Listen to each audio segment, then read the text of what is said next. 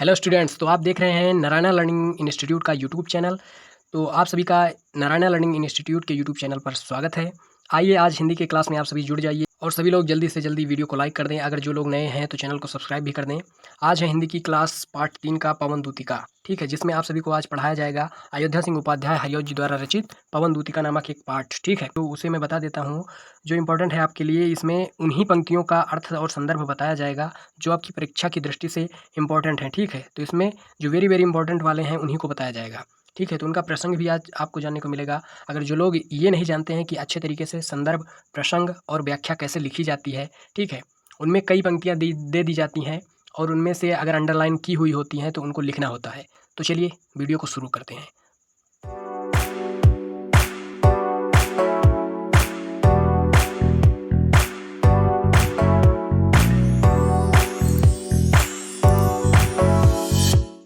तो सबसे पहले आइए जान लेते हैं कि पहले संदर्भ कैसे लिखा जाता है, प्रसंग कैसे लिखें और व्याख्या कैसे लिखें। एग्जाम्पल के तौर पर मैंने ये इतना ले लिया है, ठीक है। पहली पंक्ति, जो पहली दो पंक्तियां हैं, इनको मैंने ले लिया है, तो इन्हीं के माध्यम से आपको समझाने वाला हूँ कि संदर्भ, प्रसंग और व्याख्या कैसे लिखते हैं।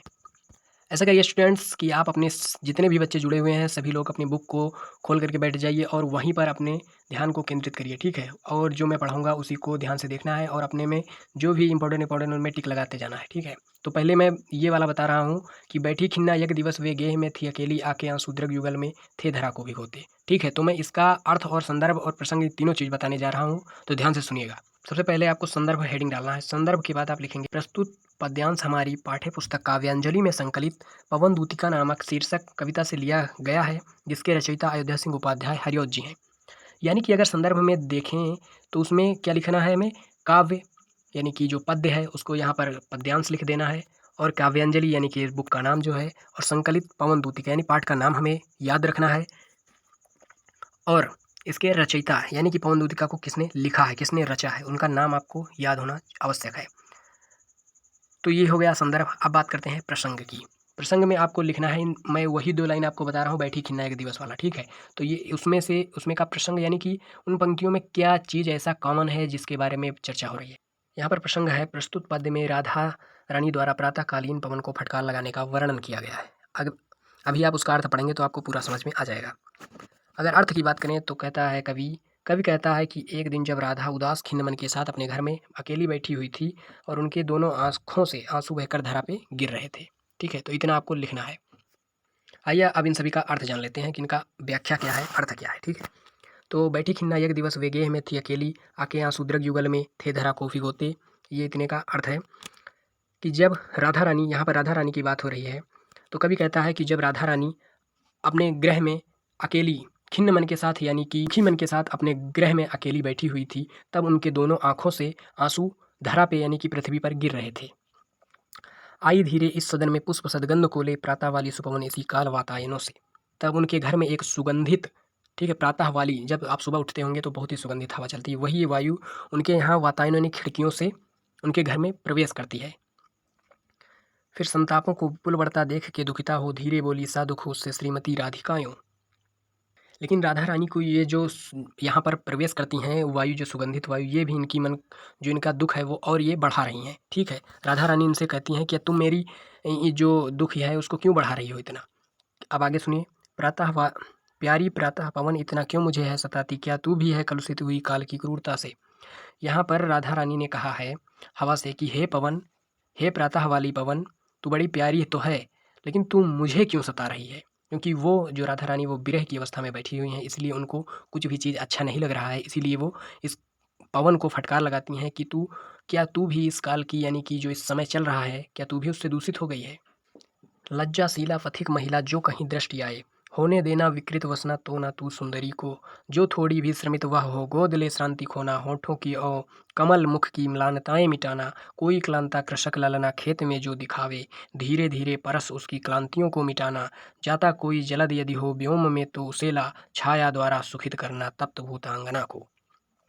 यहाँ पर कृष्ण की विरह अग्नि में जलती हुई राधा रानी जो है वो पवन दूतिका यानी पवन को ही दूत मानकर, यानी पवन को ही दूतिका मानकर उनसे कहती हैं, उनको समझाती हैं कि हे पवन, यदि तुझे मार्ग में कोई लाजवंती स्त्री दिखाई दे तो तू उसके वस्त्रों को कभी मत उड़ाना, ठीक है। यानी कि उसके वस्त्रों को उड़ा मत देना, यदि वह थोड़ी भी अगर थकी हुई हो, यदि वह थोड़ी भी थकी हुई लगे तो उसे अपनी गोद में लेकर उसकी थकान मिटा देना।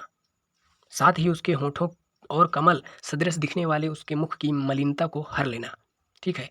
अब जाता कोई जलद यदि व्योम में हो, तो अब यहाँ पर सुनिए, राधा रानी जो हैं वो पवन से यह भी कहती हैं कि यदि तुम्हें मार्ग में कोई काम करने वाली या कोई थकी हुई स्त्री दिखे तो तुम धीरे धीरे उसके पास पहुंचकर अपने स्पर्श से उसकी थकान को तो मिटा ही देना। साथ ही आकाश में अगर कोई तुम्हें बादल जाता हुआ दिखाई दे तो उसको पास में लाकर, जब वो सूरज के, जैसे कि आप अगर देखते होंगे किसी बादल, जैसे यहाँ पर सूरज है, सूरज यहाँ पर है, अगर यहाँ पर बादल आ जाता है तो वहाँ पर क्या हो जाती है, छाया हो जाती है। ठीक है। तो वही काम करना। ठीक है।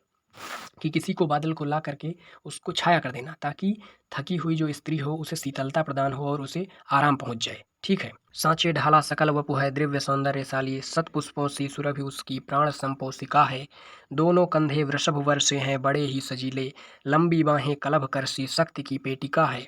राजाओं सा सिर पर लसा दिव्या पीड़ होगा, शोभा होगी उभय श्रुति में स्वर्ण की कुंडलों की। नाना रत्ना कलित भुज में मंजू के यूर होंगे, मोती माला लसित उसका कम उसा कंठ होगा। ठीक है। तो ये इतना हुआ। अब इतने का अर्थ सुन लीजिए, मैं आपको समझाने की कोशिश करूंगा। अगर आपको इसमें से जो भी मीनिंग अगर ना समझ में आ रही हो उसे कमेंट बॉक्स में बताएं, मैं उनको बताने की कोशिश करूंगा। तो यहाँ पर जो प्रसंग है वो है, प्रस्तुत पद्यांश में राधा रानी द्वारा पवन को कृष्ण के शरीर की शोभा बताई जा रही है ताकि वह उन्हें आसानी से पहचान ले। ठीक है। ये होती है विरह की बात। अब बात करते हैं व्याख्या की। व्याख्या यहाँ पर है, राधा रानी जो है वो पवन से कृष्ण की शोभा का गुणगान करती हुई कहती हैं कि उनका संपूर्ण शरीर सांचे से ढला हुआ है, अर्थात बहुत ही सुडौल है, यानी कि बहुत ही शक्तिशाली है, बहुत ही दृढ़ है, जिसे देख अलौकिक सौंदर्य के दर्शन का आभास होता है। उनके शरीर से निकलने वाली सुगंधित पुष्पों के सदृश सुगंध प्राणों का पोषण करने वाली, अर्थात मन को आह्लादित करने वाली, यानी कि मन को प्रसन्न करने वाली है। उनके कंधों को देखने से ऐसा प्रतीत होता है जिससे वे उत्तम कोटि के सांड के कंधे हों। यहाँ कहने का भाव यह है कि श्री कृष्ण के कंधे अति बलिष्ठ हैं।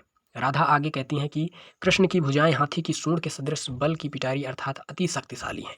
उनके मस्तक पर राजाओं के समान अपूर्व सौंदर्य से युक्त मुकुट विराजमान होगा, यानी कि वो कल्पना कर रही हैं कि उनके मस्तक पर राजाओं के समान अपूर्व सौंदर्य से युक्त मुकुट विराजमान होगा। उनके दोनों कान मनोहर स्वर्ण कुंडलों से सुशोभित होंगे। वे अपनी दोनों भुजाओं में रत्न जड़ित भुजबंद, यानी कि जो रत्न जड़ित भुजबंद है, यानी कि जो भुजाओं में पहने जाते हैं, आपने अगर देखा होगा टीवी सीरियल में, उनको धारण किए होंगे। शंख जैसी सुंदर और सुडौल दिखने वाली उनकी गर्दन में मोतियों की माला होगी। ठीक है। तो यहाँ पर इसका अर्थ इतना हुआ, जो प्यारे मंजू उपवन या वाटिका में खड़े हों, छिद्रों में जा क्वणित करना वेणुसा कीचकों को। यो होवेगी सुरति उसको सर्व गोपांगना की, जो है वंशी श्रवण रुचि से दीर्घ उत्कंठ होती। लाके फूल कमल दल को श्याम के सामने ही, थोड़ा थोड़ा विपुल जल में व्यग्र हो डुबाना। यो देना है ए भगिनी जतला एक अम्बोज नेत्रा, आंखों को ही विरह विदुरा वारी में बोरती है। संदर्भ की अगर बात करें तो संदर्भ तो सेम होगा क्योंकि उसी पाठ का है ये।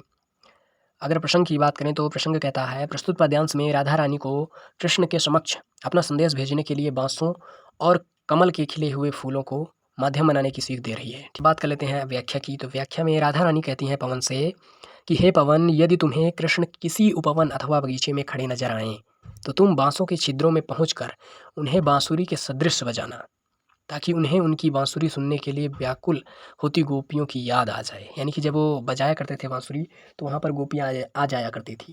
तो अगर तुम बांसुरी बजाओगे तो उनको मेरी याद आ जाएगी। ठीक है। तो मुझसे मिलने आ जाएंगे। यही कह रही हैं राधा रानी पवन से।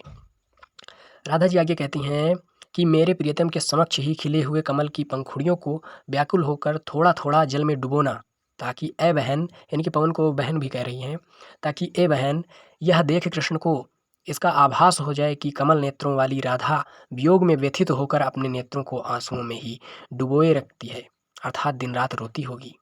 तो इसका अर्थ ये हुआ। ठीक है। आशा करते हैं समझ में तो आया ही होगा। सूख जाती मलिन लतिका जो धरा में पड़ी हो, तो पाँवों के निकट उनको श्याम के ला गिराना। यूं सीधे से प्रकट करना प्रीत से वंचिता हो, मेरा होना अति मलिन और सूखते नित्य जाना। कोई पत्ता नवल तरुका पीत जो हो रहा हो, तो प्यारे के दृग युगल के सामने ला उसे ही धीरे धीरे संभल रखना और उन्हें यों बताना, पीला होना प्रबल दुख ये प्रेषिता सा हमारा। आइए इनका व्याख्या देख लेते हैं कि व्याख्या क्या है, ठीक है, इनका अर्थ क्या है। मेन चीज़ है आपको अर्थ समझना। यदि आप अर्थ समझ गए तो उनके सब चीज़ें आप लिख लेंगे, ठीक है। राधा रानी कहती हैं पवन से कि तुम एक सूखी हुई लता को उनके पास लाकर प्रेम से उनके पाँव के पास यानी मेरे श्याम के पाँव के पास लाकर गिराना। कैसे गिराना? उन्हें ये मालूम होना चाहिए कि यूँ सीधे प्रकट करना प्रीत से वंचिता हो। ऐसे प्रकट करना कि जैसे मैं उनकी प्रीत से यानी उनके प्रेम से वंचित हो गई हूँ। मेरा होना अति मलिन और सूखते नित्य जाना, ठीक है, और नित्य तुम सूखते ही जाना, ठीक है, ताकि उन्हें लगे कि हाँ मेरे भी प्रेम विरह में कोई सूख रहा है इसी तरीके से। कोई पत्ता नवल तरु का पीत हो रहा हो, यानी कि अगर कोई नवल यानी कि नया पत्ता जो है पेड़ का तरु का पीत हो रहा हो यानी पीला हो रहा हो, तो प्यारे के द्रग युगल के सामने ला उसे ही, यानी कि उसे भी तुम प्यारे यानी कि श्याम यानी कृष्ण के सामने यानी द्रग युगल यानी कि दोनों आंखों के उनके सामने लाना। धीरे धीरे संभल रखना और उन्हें यूँ बताना, उनके सामने तुम आराम से रखना और उनको कुछ बताना। क्या बताना? पीला होना प्रबल दुख से प्रोसिता सा हमारा। ये बताना कि जैसे पत्ता वो पीला पड़ रहा है वैसे ही मैं भी अपने पति से बिछड़कर पीली पड़ी जा रही हूँ, ठीक है, यही इसमें कहने का अर्थ है। अब आगे बात करते हैं। नीले फूले कलम दल सी गात की श्यामता है, पीला प्यारा वसन कटि में पहनते हैं फवीला। छूटी काली अलक मुख की क्लांति को है बढ़ाती, सदवस्त्रों से में नवल तन की फूटती सी प्रभा है। सांचे ढाला सकल वपु है दिव्य सौंदर्यशाली, सतपुष्पों सी सुरभि उसकी प्राण संपोषिका है। दोनों कंधे वृषभवर हैं से हैं बड़े ही सजीले, लंबी बाहें कलभ भर कर से शक्ति की पेटिका। इतना तो मैं आपको बता चुका हूँ। इसमें से सांचे ढाले से मैंने आपको बता दिया है, ठीक है। इतने का अर्थ मैंने आपको बता दिया है। आगे ही सांचे ढाला सकल वपु है दिव्य सौंदर्यशाली, ठीक है। तो यहाँ पर मैं 4 इन लाइनों का अर्थ देख लेता हूँ, इन 4 लाइनों का, ठीक है, यहाँ तक। आइए अब इनका अर्थ देखते हैं कि नीले फूले कलम दल सी ज्ञात की श्यामता है, ठीक है। तो नीले फूले कलम यानी कि जो नीले कलर के कलम दल यानी कि जो कमल दल फूले हुए हैं कलम दल, ठीक है, उन दलों के समान ही इनकी श्यामता है। पीला प्यारा बसन कटि में पहनते हैं फबीला, यानी कि पीला प्यारा बसन यानी कि उनका जो कपड़ा है वो कटी में, कटी यानी कि करधनी जो होता है वहाँ पर फबीला यानी कि करधनी पहनते हैं, ठीक है।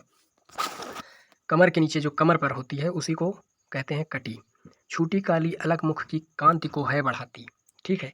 जो टीका लगा होता है आँख में, जैसे कि माएँ लगा देती हैं काजल, वहाँ से हटाकर जो मुख के ऊपर अलग लगता है वहाँ पर क्या लगा? छूटी काली अलग मुख की कांति को है बढ़ाती, वो कांति को बढ़ा रही है। सद वस्त्रों में नवल तन की फूटती सी प्रभा है, ठीक है। सुंदर वस्त्रों से उनके नवल तन यानी नए शरीर में एक बिजली सी फूट रही है। जो ना समझ में आया हो आप कमेंट करके बताएं, मैं उन्हें ज़रूर बताऊंगा। तो चलिए मिलते हैं नेक्स्ट वीडियो में।